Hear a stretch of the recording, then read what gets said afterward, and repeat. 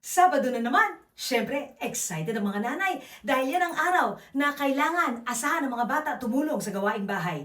Pero maaga pa lang kakatok na, sasabihin, gumising nga kayo, ang tatamad ninyo, Sabado na lang nga kayo kikilos, anong oras na naman kayo gigising, baka mamaya hindi na naman kayo tutulong, ang dami-daming labada, maghugas kayo ng plato, maglipit kayo ng kalat ninyo, huwag kayo basta-basta aalis, gagala na naman. Ang daming sinabi samantalang tulog pa ang mga bata at hindi pa gising ang diwa. Pero marami tayong reklamo. Ang mga bata tamad, ang mga bata puro nasa cellphone, ang mga bata walang gawin kung hindi matulog, tapos gagala, tapos syempre pag ibuka ang bibig ay bastos. Pero ang tanong, kung ganyan namang sermon at galit agad ang gigising pag Sabado, sino ba namang bata ang gaganahang kumilos at gumising? Sino ba namang bata ang gugustuhin na nasa bahay sila?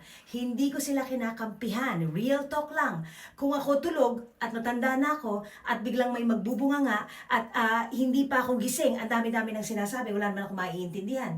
Matutuwa kaya ako bumangon? Hindi din, di ba? Think about that.